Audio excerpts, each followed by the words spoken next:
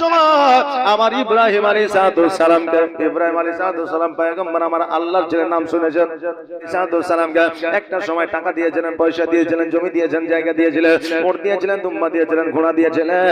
আমার ইব্রাহিম আলাইহিস সালাম সম্মুখে তাকালে সব সমস্ত জমি তিনার ছিল, পেছনে তাকালে সমস্ত জমি তিনার ছিল, ডান দিকে তাকালে সমস্ত জমি তিনার ছিল, বাম দিকে তাকালে সমস্ত জমি তিনার ছিল। জিবরিল বলে আল্লাহ গো, আজকে ইব্রাহিম আলাইহিস সালামকে এত টাকা দিয়েছেন, পয়সা দিয়েছেন, আল্লাহ আজকে যদি তিনার মধ্যে কোনো অহংকার চলে আসে জীবন বরবাদ হয়ে যাবে। বাবা হযরত জিবরিল আমিনকে আমার আল্লাহ বলল, জিবরিল তুমি কি পরীক্ষা করতে চাও? জিবরিল বলে আল্লাহ গো, আপনি যদি হুকুম দেন, অর্ডার দেন, পরীক্ষা করতে যায়। আমার জিবরিল আমিন জগতের মধ্যে আসার পরে ইব্রাহিম আলাইহিস সালামের পাশে বসিয়া যেন আল্লাহর প্রশংসা করছেন, আলহামদুলিল্লাহ, লা ইলাহা ইল্লাল্লাহ, আল্লাহু আকবার, জোরে বলেন সুবহানাল্লাহ। ইব্রাহিম আলাইহিস সালাম কোটি কোটি পায়ে যাইয়া বলে আল্লাহর বান্দা, আজকে তুমি আল্লাহর প্রশংসা করো, তোমার আল্লাহর প্রশংসা শুনিয়া আমি ইব্রাহিম আলাইহিস সালাম বড় খুশি হয়েছি, আরো একবার আল্লাহর প্রশংসা করে শোনাও। জিবরিল বলে, এই আল্লাহর পয়গম্বর, আমি এতক্ষণ আমার জন্য আল্লাহর প্রশংসা করলাম, এবার আপনার জন্য যত আল্লাহর প্রশংসা করব, এর জন্য আমাকে কি দিবে? ইব্রাহিম আলাইহিস সালাম বলছে, কি নিবা? বলে আপনার যত জমি জায়গা আছে সব নেব। বলে যাও, দিলাম। আমার জমি জায়গা তো দূরের কথা, আমি ইব্রাহিম আলাইহিস সালাম আমার আল্লাহর প্রশংসার জন্য আমার জান দেওয়ার জন্য প্রস্তুত আছি। ইব্রাহিম আলাইহিস সালাম বলে, আল্লাহর বান্দা, আজকে আল্লাহর প্রশংসার জন্য আজকে আমার জমি জায়গা তো দূরের কথা, আমি আমার প্রাণ পর্যন্ত দিয়ে দিতে পারি। সঙ্গে সঙ্গে জমি জায়গাগুলো জিবরিল নিলেন, আর নামার পরে পড়লেন আলহামদুলিল্লাহ, লা ইলাহা ইল্লাল্লাহ, আল্লাহু আকবার। ইব্রাহিম আলাইহিস সালাম বলে, আমি আল্লাহর প্রশংসায় পাগল, আরো একবার আল্লাহর প্রশংসা করো। বলে এবার আবার যদি আল্লাহর প্রশংসা করি, তোমার উট, দুম্বা, গরু, ছাগল, ভেড়া যা আছে সবই লাগবে। ইব্রাহিম আলাইহিস সালাম বললে, সেটাও আমি দিয়ে দিলাম। বাবারে, আগের মানুষের জবানটাই ছিল দলিল, নাকি বলে কথাটাই ছিল দলিল, আগে দিয়ে দিলাম তো দিয়ে দিল। আর এখনো বাবা বর্তমানে আমাদের জবানের দাম তো নাই, কলমেরও দাম নাই, কারণ কলমে লিখে দিয়া রেজিস্ট্রি করে দিলাম একটা জমি, তবু 11 বার ডায়েরি কেস হয়ে যায়, নাকি বলে মাফ করতে 11 মাসে 11টা আমিন আসে। বাবা, আমরা তো বর্তমানে এইরকম আমাদের জবান, কিন্তু আমার ইব্রাহিম আলাইহিস সালাম বলে দিয়ে দিলাম। এবার বলে আরো একবার আল্লাহর প্রশংসাটা শোনাও। এবার বললা, আল্লাহর প্রশংসাটা আমি আপনাকে শোনাবো, দেওয়ার মতো তো আর কিছুই আপনার নাই, কি দিবেন আর প্রশংসাই বা কি করে শুনবেন? ইব্রাহিম আলাইহিস সালাম বললে, উট নিয়েছেন, দুম্বা নিয়েছেন, গরু নিয়েছেন, ছাগল নিয়েছেন, ভেড়া নিয়েছেন, জমি নিয়েছেন, জায়গা নিয়েছেন, বাড়ি নিয়েছেন, এতগুলো জিনিস দেখাশোনা করার জন্য একটা রাখালের প্রয়োজন আছে কিনা? হযরত জিবরিল বলে, হ্যাঁ অবশ্যই আছে। এবার আমার ইব্রাহিম আলাইহিস সালাম বললে, আমি রাখাল থেকে যাব, এর জন্য টাকা লাগবে না, পয়সা লাগবে না, ধন সম্পদ লাগবে না, শুধুমাত্র আল্লাহর প্রশংসাটা শোনায় দিও, জোরে বলেন সুবহানাল্লাহ। আল্লাহর প্রশংসার জন্য আজকে নিজের জমি জায়গা, সয় সম্পত্তি সব কিছু দিয়ে দিলেন, নিজেও রাখাল হয়ে গেলেন। জিবরিল বলে, ইব্রাহিম আলাইহিস সালাম, আমি হলাম আল্লাহর ফেরেশতা, আপনাকে পরীক্ষা করার জন্য এসেছিলাম, আপনি পরীক্ষায় পাশ করে গেছেন, এই জন্য আপনার যত জমি জায়গা ছিল সবই আপনাকে দিলাম, জোরে বলেন সুবহানাল্লাহ। বাবা, বলার উদ্দেশ্য হলো আমার ইব্রাহিম আলাইহিস সালাম আল্লাহর প্রশংসার জন্য সব কিছু দান করে দিয়েছিলেন, আর আজকে বর্তমানে আমরা যে মসজিদের জন্য আদায় করে কালেকশন করি, এটা হলো আল্লাহর ঘর, আল্লাহর মসজিদ, আল্লাহর ঘরের জন্য একজন বাবাজি ভাইরা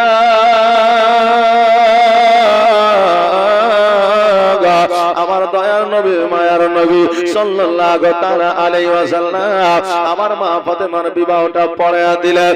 নবী আমার বিবাহ পড়ালেন আর উমর ফারুক উনি যেন বাবা উকিল হইলেন, আর হযরত আবু বকর সিদ্দিক আর ওসমান গনি যেন বাবা সাক্ষী হইলেন, আর আমার নবীজি হযরত আলী রাদিয়াল্লাহু তাআলা আনহুকে বাবা তিনটা উপহার দিলেন। কয়টা উপহার?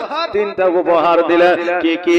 একটা হলো জাতা, আর একটা হলো পাটি, আর একটা হলো আপনার চাদর। তিনটা জিনিস আমার হযরত আলী রাদিয়াল্লাহু তাআলা আনহুকে উপহার দিলেন। হে বাবা, কারো কাছে চেয়ে আপনার উপহার নেওয়া যায় না, তবে বাবা কেউ যদি উপহার স্বরূপ সারা দুনিয়া দিয়ে দেয় তবুও নেওয়া যায়, অসুবিধা না। আজকে বাবা রে এই দেখে উপহার কোন যারা লেয় বাবা, তারা নিজে তো বলে না, বউ দেখতে গেছে, যাওয়ার পরে বলছে হ্যাঁ গো বউ তো পছন্দ হয়ে গেছে, বলে আমাদের জামাই পছন্দ হয়ে গেছে, তো লেনদেনের কোন ব্যাপার আছে কি না, আছে নাকি? তো যে ছেলের বাপ সে আবার বলে না না না, লেনদেনের ব্যাপারে ও আমি আগেও নাই পেছনে নাই, আমি বেটার বিয়ে দেবো এটাই জানি, তবে আমার বড় জামাইয়ের আবদার যে কিছু নিতে হবে, তা আমার বড় জামাইয়ের সাথে কথা বলেন, ও কি বলছে দেখেন নাকি।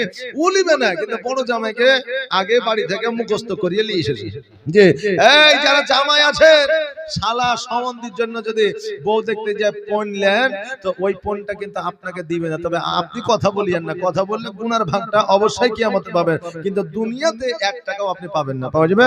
পাওয়া যাবে না। এই জন্য কথাবার্তা যে পণ নিবে সে দেখে নিবে, আপনি ফ্রিতে গুনাহ নিতে যান। সুবহানাল্লাহ।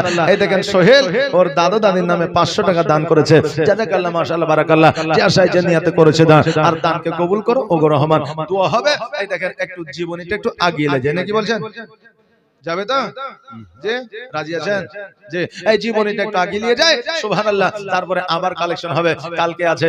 আর যারা দিবেন এই টুকটুক করে শুধু শুনবেন না, একটু দিতেও থাকবেন নাকি বলেন। 100 টাকা 200 টাকা 500 টাকা 50 টাকা 10 টাকা 1 টাকা 4 আনা 8 আনা যা আছে দিয়ে যাবেন। যে যদিও মসজিদে না চলে 4 আনা 8 আনা, আপনি অন্তর থেকে দান তো করেছেন, এটা তো আল্লাহ খুশি হয়ে যাবে নাকি বলেন, এটাতেও আল্লাহ খুশি হয়ে যাবে। আসেন বাবা, হে বেরাদা, আমার নবী মুস্তাফা সাল্লাল্লাহু তাআলা আলাইহি ওয়াসাল্লাম তিনটা জিনিস আমার হযরতে আলী রাদিয়াল্লাহু তাআলা আনহুকে বাবা উপহার দিলেন। একটা হলো জাতা, দ্বিতীয় হলো পাটি, তৃতীয় হলো আপনার চাদর। এবার উপহারটা দেওয়ার পরে আলীকে বলতেছে আলী রে চলো চলো তোমাকে তোমার বাড়িতে রেখে আসি। এবার আমার নবীজি বলল মা এই জাতাটা আমার মাথাতে উঠে দাও। ওমর ফারুক বলছে ইয়া রাসূলুল্লাহ ইয়া হাবিবাল্লাহ, নবী গো আমার বেয়াদবি maaf করবেন ইয়া রাসূলুল্লাহ, আজকে এই জাতাটা আমি থাকতে আপনার মাথায় কেন উঠায়া দিব? ওগো নবীজি আজকে আমি জাতাটা মাথায় করে নিয়ে যাব, আপনার মাথায় কেন উঠায়া দিব? নবী আমার বলে এই ওমর শোনো রে, আজকে তোমার মাথায় জাতাটা দেব না, আমার মাথাতে উঠায়া দিও।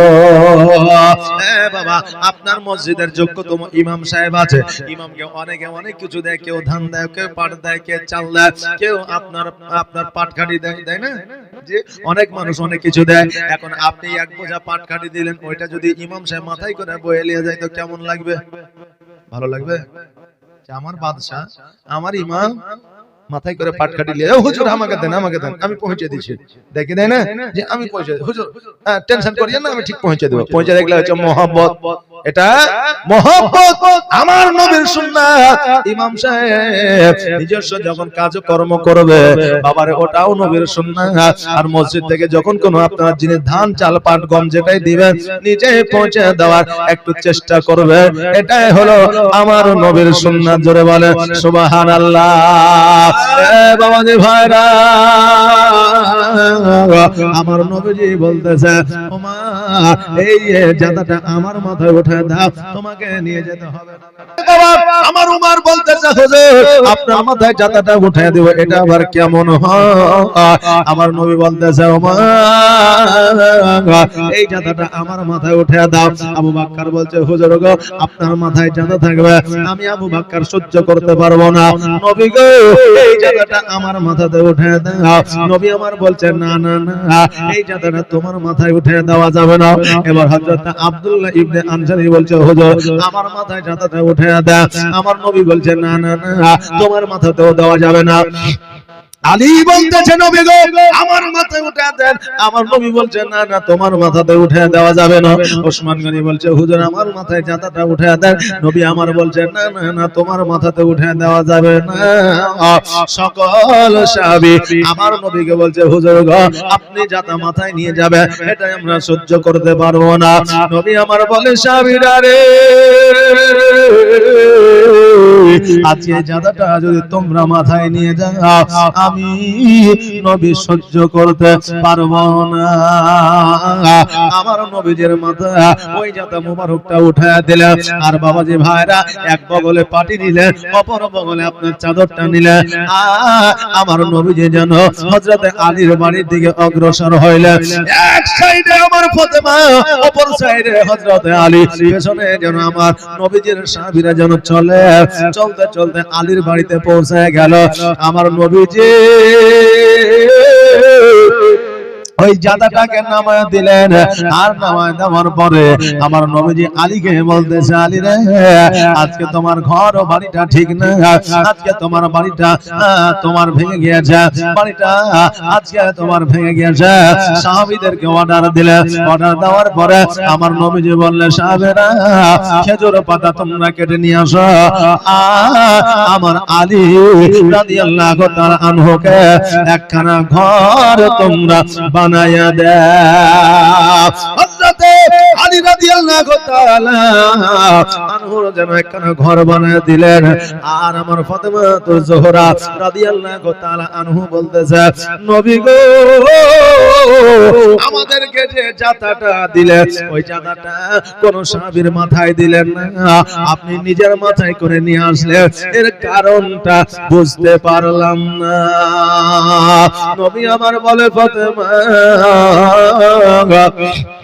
আমার আলী রাদিয়াল্লাহু তাআলা আনহুকে আজকে তোমাকে শিক্ষা দেওয়ার জন্য এই জাতাটা আমি মাথায় করে নিয়ে আসলাম। এ ফাতেমা আমি নিজে নবী হইয়া আজকে যদি তোমার স্বামী হযরত আলীকে যদি আজকে আমি জাতাটা উঠে না দিই, আজকে ফাতেমা এখান থেকে তোমাকে শিক্ষা দিয়ে গেলাম রে মা, তুমি বিবি হইয়া জীবনে কোনোদিন তোমার স্বামীকে অর্ডার করিও না, জীবনে তোমার স্বামীকে কোনো আদেশ করিও না।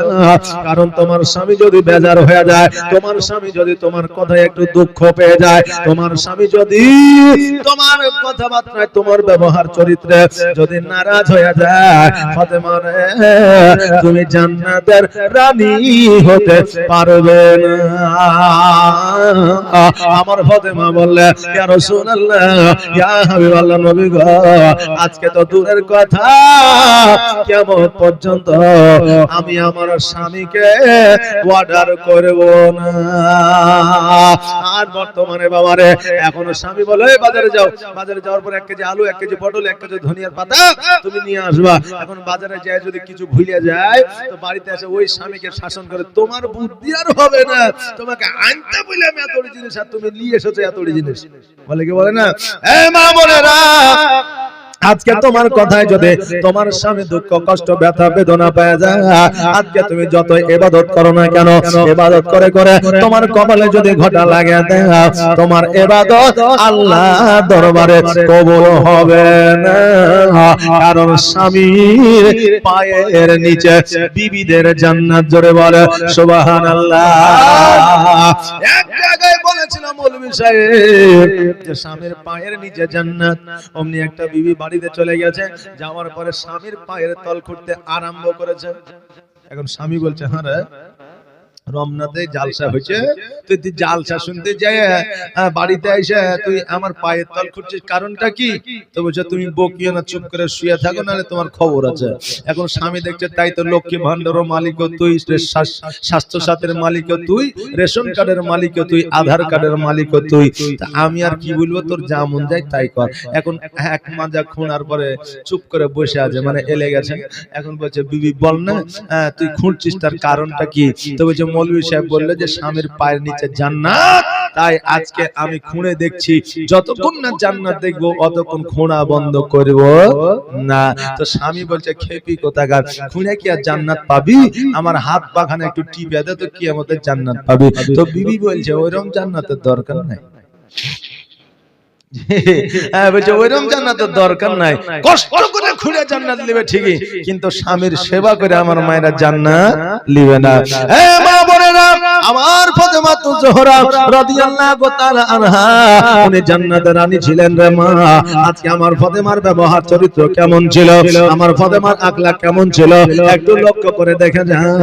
আমার ফাতেমা বললে ইয়া রাসূলুল্লাহ, ইয়া হাবিবাল্লাহ, নবী গো, আজকে তো দূরের কথা, আমি কিয়ামত পর্যন্ত আমার স্বামীকে অর্ডার করব না। নবী আমার বললে মা ও ফাতেমা শোনো, আজকে অর্ডার তো দূরের কথা, তোমার ব্যবহার চরিত্রে, তোমার আখলাকে, তোমার কথাবার্তা, তোমার চলাফেরাতে তোমার স্বামী যেন না নারাজ হয়ে যায়, এইদিকে লক্ষ্য রাখিও রে মা। বাবা, বাপের শিক্ষা দেয় মেয়েকে। আজকে বেরাদার, আমাদের মা বাবা আজকে ওই মেয়েকে আপনার শিক্ষা দিলেও ওই মেয়ে আপনার শিক্ষা নেয় না। কিন্তু আমার মা ফাতেমা কেমন ছিলেন দেখেন, আব্বাকে বলতেছে আব্বা গো, আজকে আপনি যেটা বললেন আমি ফাতেমা আমার মাথাতে থাকবে। আমার নবীজি এই কথা বলে আমার নবীজি নিজের বাড়িতে আসলেন, নিজের বাসভবনে আসলেন। একদিন, দুই দিন, তিন দিন, চার দিন, পাঁচ দিন, সাত দিন অতিবাহিত হইল। এবার বাবারে, যে কন্যার নতুন বিবাহ হয়, যে মেয়ের নতুন বিবাহ হয়, দেখবেন ঘন ঘন বাপের বাড়িতে যেতে চাই, চাই না? কারণ বাপের বাড়িতে ছোট্ট থেকে লালন পালন হয়ে বড় হয়েছে, বাপের বাড়িতে একটা টান থাকে রে বাবা। ওই কন্যা যদি বাপের বাড়ি যেতে চায়, বাধা দেবেন না, বাধা দেবেন না, যাইতে দেবে। তবে আপনাকে একটা কথা বলে যায়, বিবিকে একাই চাইতে দেবেন না, সঙ্গে করে আপনিও যাবেন। ওই বিবি যদি 10 দিন বাপের বাড়িতে থাকে, আপনিও থাকে, কেন না আমার ফাতেমা একাই কোনোদিন বাপের বাড়ি যায় না। ও বেরাদার, নতুন বিবাহ হলে বাপের বাড়ি যাইতে চায়। আমার হযরত আলী রাদিয়াল্লাহু তাআলা আনহু চিন্তা করে, আল্লাহ গো, আজকে 5 দিন 7 দিন অতিবাহিত হয়ে গেল, নবীকে আমিও দেখি না, আর ফাতেমাও দেখে না। আল্লাহ, আজকে আমার ফাতেমা হয়তো আমাকে বলতে পারে না, আমার দায়িত্ব ফাতেমাকে তার বাপের বাড়িতে নিয়ে যাওয়া। আমার হযরত আলী ফাতেমার কাছে আসিয়া বলতে যায়, এ ফাতেমা শোনো রে, আজকে অনেক দিন হইল আমার বাড়িতে আসা, ফাতেমা তুমি কি তোমার বাবার বাড়ি যাবা না? আমার ফাতেমা বলতেছে এখনই চলে। আলী যেমনই বলেছে তোমার বাপের বাড়ি কি যাবা না, আমার ফাতেমা বলতেছে এখনই চলে। এ বাবা, আমার ফাতেমার কোন সুন্নাত মায়েরা পালন করুক আর না করুক, এটা ঠিকই করে। মানে স্বামীরা যদি বলে চলো তোমার বাপের বাড়িতে, বাড়ি আসে সঙ্গে সঙ্গে রেডি, সঙ্গে সঙ্গে রেডি হলো। মানে বাপের বাড়ি যাবার সময় ইউরোপ্লেন, মানে চাপলেন না চলে গেলেন, আর বাপের বাড়ি থেকে আসার পথে, শ্বশুর বাড়ি আসার পথে দেখবেন হয়ে যায় গরুর গাড়ি। মানে যাওয়ার সময় পেলেন করে চলে এলো, আর আসার সময় গরুর গাড়ি, গরুর গাড়ি করেই নাই। সুবহানাল্লাহ। হে বাবা, যাওয়ার সময় দেখবেন বলে আমি রেডি, যাওয়ার সময় বাপের বাড়ি চলে গেল, আসার সময় যদি বলে চলো শ্বশুর বাড়ি, মানে আমার বাড়ি চলো, বলে এখন যা কি করে বিকালে যাও একবারে, নাকি বলে। এবার বাবা যখন বিকালে বলে বলে আর এখন গেলে বাড়িতে যায় ভাই প্রেসার কুকারে হোক আর গ্যাসেই হোক আমাকে রান্না করতে হবে, একবারে রাত্রি বাড়িয়ে যাবো, এখন তো মোটর সাইকেলের যুগ, রাত দিন কোনো ব্যাপার না, তো একবারে রাত্রি যাবো, তো রান্না বান্না করার দরকার নেই, যাই বাড়িতে শুয়ে পড়বো, নাকি বলে। এই জন্য রাত্রে বেলায় যাবো, এখন আর যাচ্ছি না। বাবা এই কথাটা শ্বশুর বাড়িতে থাকলে বলবে না, বাপের বাড়ি থেকে বলবে, হ্যাঁ মা জননী, আজকে আমি বলে যাই আপনার স্বামী যদি বলে চলো বাড়ি, তুমি দ্বিতীয়বার আর কথা বলবে না। ওই স্বামী যদি নিজের মতো করে যদি বলে এখন আর যাইতে হবে না, চলো বিকেলে যাব, তবে ঠিক আছে, তবে স্বামীর উপরে হুকুম করবে না। আমার ফাতেমা রাদিয়াল্লাহু তাআলা আনহা জানো বাবা, আপনার বলতেছে স্বামী গো চলেন এখনই যাব, আমার আলী বলতেছে বিবি রে, এই পোশাকটা আমি দেখতেছি আজকে এক সপ্তাহ ধরে পরে আছো, তোমার পোশাকটা কি পাল্টে নিবে না? এ মা জননী, আজকে কেমন বিবি আর কেমন স্বামী একবার দেখলে একে অপরকে কষ্ট দুঃখ ব্যথা বেদনা দিবে না। আমার ফাতেমা চিন্তায় চিন্তিত, আল্লাহ গো, আমার তো একটাই পোশাক, দ্বিতীয় পোশাক নাই। এখন আমার স্বামীকে যদি বলি আমার তো একটাই পোশাক, দ্বিতীয় নাই, আমার স্বামী দুঃখ পেয়ে যাবে। আল্লাহ, আমি বিবাহ করেছি, আমাকে আল্লাহ এমন করে বানিয়েছ যে আমার বিবিকে দ্বিতীয় পোশাক কিনে দিতে পারলাম না। এই বলে আমার স্বামী হয়তো দুঃখ করবে। আল্লাহ গো, আমার স্বামীকে দুঃখ দেব না, ব্যথা বেদনা দেব না।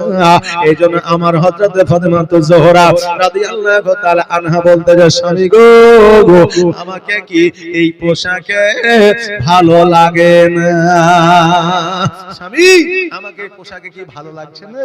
তা আমার আলী চিন্তা করে, আল্লাহ গো, এখন যদি আমার ফাতেমাকে বলি এই পোশাকে ভালো লাগে না, আমার ফাতেমা কষ্ট পেয়ে যাবে, ব্যথা বেদনা পেয়ে যাবে। এই জন্য আমার আলী বলতেছে বিবি রে, এই পোশাকে তোমাকে সুন্দর তো দূরের কথা, মনে হয় জান্নাতের রানী দাঁড়িয়ে আছে। জোরে বলে সুবহানাল্লাহ। এ বাবা, স্বামী আর স্ত্রী কাকে বলে দেখে, একে অপরকে বাবা কেউ কষ্ট দিল না, কেউ যেন বাবা ব্যথা বেদনা দুঃখ দিল না, স্বামী স্ত্রী ওকেই বলা হয়। আর একটু যদি কিছু হয়ে যায় বাবা, তো এই দেখেন স্বামী স্ত্রীতে আপনার একদিন কেন 10 দিন পার হয়ে গেল কথা বলে না। আর এখন বর্তমানে স্বামী স্ত্রীর প্রতি এত সন্দেহ বাবা, মহব্বত কম আর সন্দেহ বেশি। কথা বলে না, রাত্রি বেলায় মোবাইলে টুইং টুইং করে উঠেছে, তো এখন স্ত্রী বুঝলেন ঘুমের মাঝে মোবাইলটা দেখছে, তো লেখা আছে বিউটিফুল। ওই রাতের বেলাতে স্বামীকে তুলে চুলমুল লেকড়ে ফেকড়ে বলছে, এত রাতে বিউটিফুল কে লিখেছো তুমি, আগে তাই বলো। এখন স্বামী দেখছে তাই তো রে, আমার বিবি ছাড়া তো বিউটিফুল বলার মতো কেউ নাই, তো মোবাইলে কে দিল? এবার মোবাইলটা যখন ভালো করে দেখছে তো ওখানে বিউটিফুল নাই, ওখানে ব্যাটারি ফুল লেখা আছে। যে ওখানে ব্যাটারি ফুল লেখা আছে, তো বলছে খেপি কোথাকার, এখানে বিউটিফুল নাই, এখানে ব্যাটারি ফুল লেখা আছে। বাবারে, আমাদের বর্তমানে সম্পর্ক এরকম, ভালোবাসা কম আর সন্দেহ বেশি। হ্যাঁ বাবাজি ভাইরা, সন্দেহ যতক্ষণ পর্যন্ত কাটাইতে পারবেন না, ততক্ষণ পর্যন্ত আপনার দ্বারা মহব্বত হবে না। হ্যাঁ বেরাদার, আজকে একটু লক্ষ্য করে দেখেন, স্বামী স্ত্রীকে কষ্ট দিল না, স্ত্রী স্বামীকে কষ্ট দিল না। এবার বেরাদার, আমার হযরত আলী রাদিয়াল্লাহু তাআলা আনহু এই দেখেন ফাতেমাকে লইয়া যেন আমার নবীজির বাড়িতে গেলেন, আর যাওয়ার পরে দরওয়াজার সম্মুখে আমার আলী বলতেছে বিবি রে, তুমি বাড়িতে যাও, আমি আমার নবীর জন্য কিছু মিষ্টান্ন খাবার নিয়ে আসি, কারণ মিষ্টান্ন খাবার আমার নবী পছন্দ করতেন। জোরে বলেন সুবহানাল্লাহ।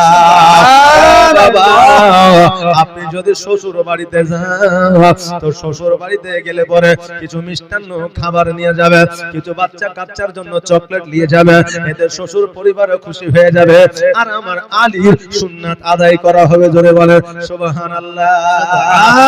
এখন বাবা, এই শীতের দিনে বেশি বেশি বড় বড় করে ক্যারিতে মিষ্টি নিয়ে শ্বশুর বাড়ি যায় না, কারণ যারা বিয়ে হয়নি তারা আবার পস্তাবে যে আমার শ্বশুর বাড়ি হইল না, নাকি বলে? একজন শ্বশুর বাড়ি যাচ্ছে, তো আরেকজন বলছে যে ভাই এই লোকটা কোথায় যাচ্ছে, তো বলছে কেন ওর শ্বশুর বাড়ি, তো বলছে আমার শ্বশুর বাড়ি যাওয়া হবে না, তো বলছে কেন শ্বশুর বাড়ি যাওয়া হবে না, গেলি যাওয়া হবে, তো বলছে আমার শ্বশুরই তো হয়নি এখনো, আমি কি করে যাব, যাওয়া আমার হবে না। তো ভাবছি ভাইরা, তো এই দেখেন বেরাদার, এই দেখেন লোক দেখানো, আপনি মিষ্টি নিয়ে যায় না, অনেকে কাজে থেকে আসে দেখবেন যে একটা সাদা ক্যারিতে মিষ্টি ঢুকিয়ে নিয়ে সব কিছু ব্যাগে আইটেছে, কিন্তু মিষ্টিটা আটে না, জি ওটাকে হাতে ঝুলিয়ে ঝুলিয়ে নিয়ে চলে আসছে। বাবা, একটা বাচ্চা যদি ওই ক্যারিটা দেখে তো তো জানতে পারবে যে তো মিষ্টি আছে নাকি। আর বাপ যদি বিদেশে থাকে তো তার মনে একটু কষ্ট আসবে যে আমার আব্বা যদি থাকতো তাহলে আমার লেগেও মিষ্টি নিয়ে আসতো নাকি। একটা যদি এতিম দেখতে পায় তো এতিমটাও দুঃখ করে বলবে আল্লাহ আমার আব্বা যদি বেঁচে থাকতো তাহলে আমার আব্বাও এইরকম করে মিষ্টি নিয়ে আসতো। তাহলে আপনি কতজনের মনকে দুখালেন যে ওই মিষ্টি বাড়িতে নিয়ে এসে খাইলে সুখ শান্তি পাবেন? পাবেন যে পাবেন না।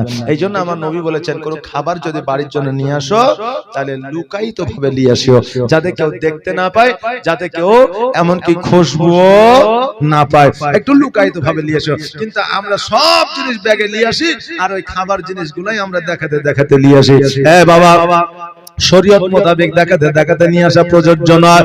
হ্যাঁ বাবাজি, আমার হযরত আলী বললেন বিবি রে আজকে আমার নবীজির জন্য কিছু মিষ্টান্ন খাবার নিয়ে আসি।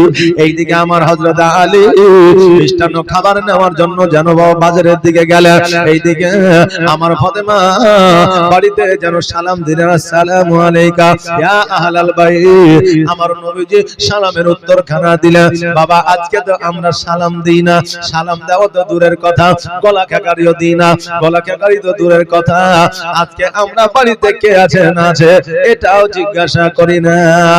আরে বাবা বাড়ি যতই আপনার নিজের হোক, আপনি বাড়িতে ঢুকবেন সালাম দিবেন, জানা জানি আপনার মেয়ে কোন অবস্থায় আছে, আপনার মা কোন অবস্থায় আছে, আপনার বিবি কোন অবস্থায় আছে।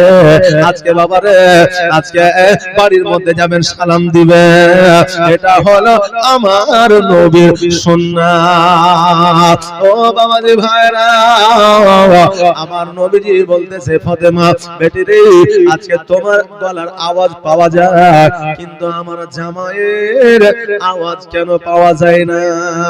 আহারে শ্বশুর কাকে বলে দেখেন, আমার নবী এটাও শিক্ষা দিয়ে গেছেন। আমার নবী বলেন আমার জামাইয়ের আওয়াজ কেন পাওয়া যায় না? আমার ফাতেমা বলতেছে ইয়া রাসূলুল্লাহ ইয়া হাবিবাল্লাহ, নবী গো আপনার জন্য কিছু মিষ্টান্ন খাবার নিয়ে আসার জন্য আমার স্বামী গিয়েছে বাজারে। আমার নবী বলছে ফাতেমা আমার জামাই তোমার সঙ্গে যতক্ষণ পর্যন্ত না আসবে আমার বাড়িতে তোমার প্রবেশ করা যাবে না।